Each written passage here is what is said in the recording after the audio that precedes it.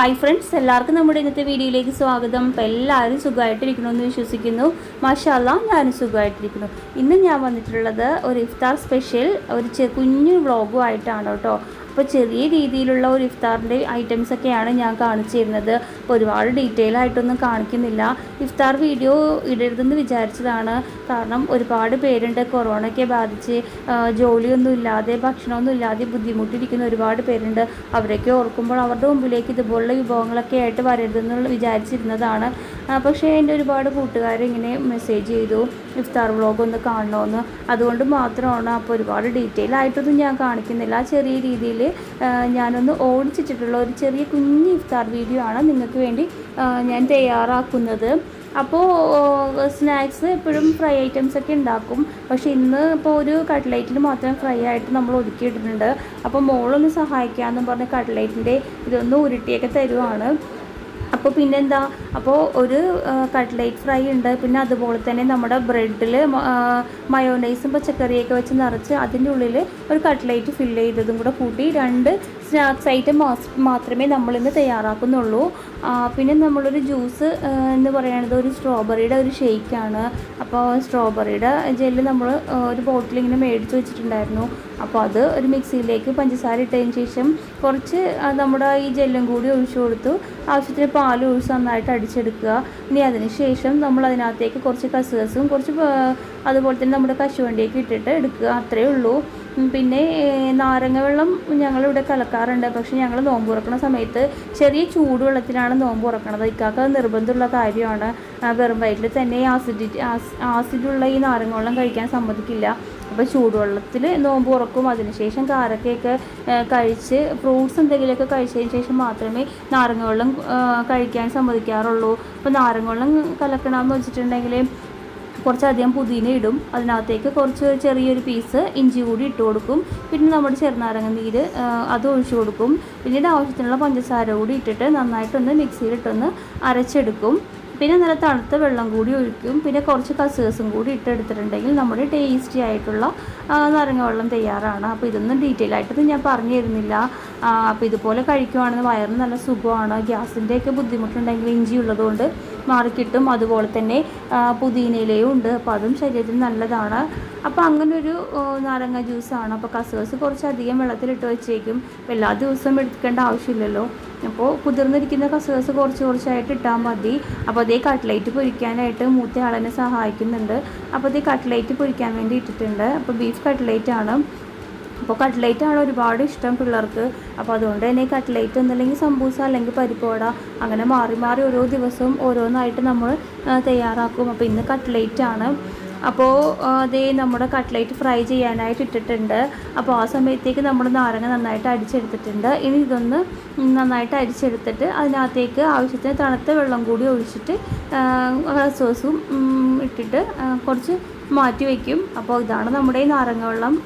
പിന്നെ ഇനി cutlet ready ആയിട്ടുണ്ട്. അപ്പോൾ അതിൻ്റെ ഫില്ലിങ്ങും കാര്യങ്ങളൊക്കെ ഞാൻ കാണിച്ചു തരാം. ഒരു സാൻഡ്വിച്ച് പോലെയാണ് തയ്യാറാക്കുന്നത്. അതാകുമ്പോൾ പിള്ളേർക്ക് പച്ചക്കറിയൊക്കെ കഴിക്കാൻ മടിയാണെന്നുണ്ടെങ്കിൽ അത്യാവശ്യം പച്ചക്കറിയൊക്കെ ശരീരത്തിൽ ചെല്ലുമല്ലോ. അപ്പോൾ അതുകൊണ്ടിട്ട് അങ്ങനെ തയ്യാറാക്കും. പണ്ടുണ്ടെങ്കിൽ അതിനകത്ത് വെച്ചാലും മതി.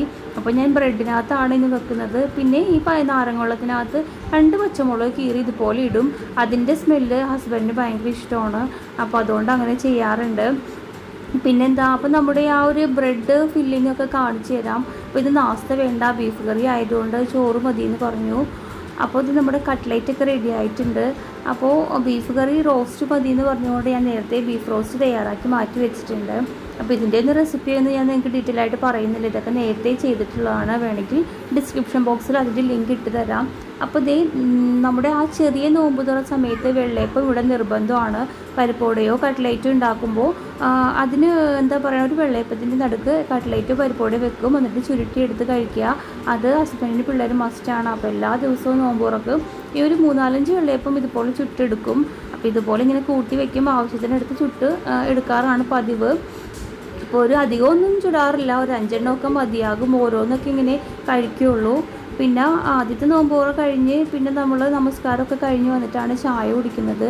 അപ്പോൾ ഇതാണ് നമ്മുടെ ബ്രെഡ് ഫില്ലിങ്. അപ്പോൾ ഇത് ഇതേപോലെ നമ്മൾ മയോണൈസൊക്കെ ഇട്ടിട്ട് പച്ചക്കറിയൊക്കെ കട്ട് ചെയ്തെടുക്കും. എന്നിട്ട് അതിൻ്റെ മുകളിലേക്ക് ഒരു കട്ട്ലേറ്റ് വെക്കും. കുറച്ച് കൂടി നമ്മുടെ മയോണൈസിൻ്റെ മിക്സ് മുകളിൽ വെച്ച് കൊടുക്കും. എന്നിട്ട് അതിന് മുകളിലായിട്ട് നമ്മൾ ഒരു ബ്രെഡ് കൂടി വെച്ചിട്ട് ഫില്ല് ചെയ്തെടുക്കും.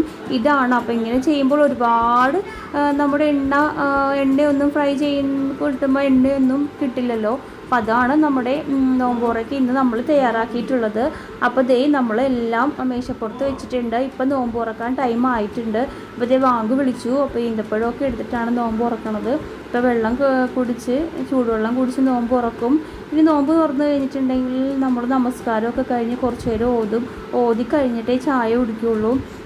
ഈ ചായ എന്ന് പറയുന്നത് പാൽ ചായ കിട്ടിയില്ലെങ്കിൽ എനിക്ക് തലവേദന വരുന്നത് ഒരു മസ്റ്റാണ്. ഇപ്പോൾ രാവിലെ എഴുന്നേറ്റ് വരുമ്പോൾ തന്നെ പാൽ ചായ കുടിക്കാൻ പറ്റിയില്ലെങ്കിൽ ഇപ്പോൾ അന്നത്തെ ദിവസം പോക്കാണ്.